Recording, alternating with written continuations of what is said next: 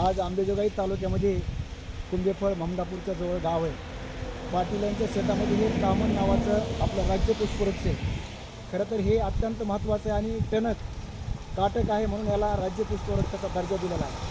दरवर्षी आम्ही या पाटील यांच्या शेतामधून हे रोड लगत जेवढा अंबेजोगाई हायवे लगत हायवे झाड आहे आणि संत तुकाराम महाराज मोफत रोप वाटिकेमध्ये याचे आम्ही रोपं तयार करतो. खरं तर आता माझ्यासोबत म्हणजे माझी मेहुणी सागर शिंदे, मुलगा सुमोद देशमुख आणि आमच्या साडूची मुलगी रिद्धी. खरं तर आम्ही म्हणजे उन्हाळ्याचे दिवस अगदी हसत खेळत निसर्गासाठी काहीतरी केलं पाहिजे आणि म्हणून हे बीज म्हणजे दुपारच्या पारी पिशव्या भरायच्या आणि सकाळी सावलीमध्ये हे वेगवेगळ्या म्हणजे बी गोळा करायचे.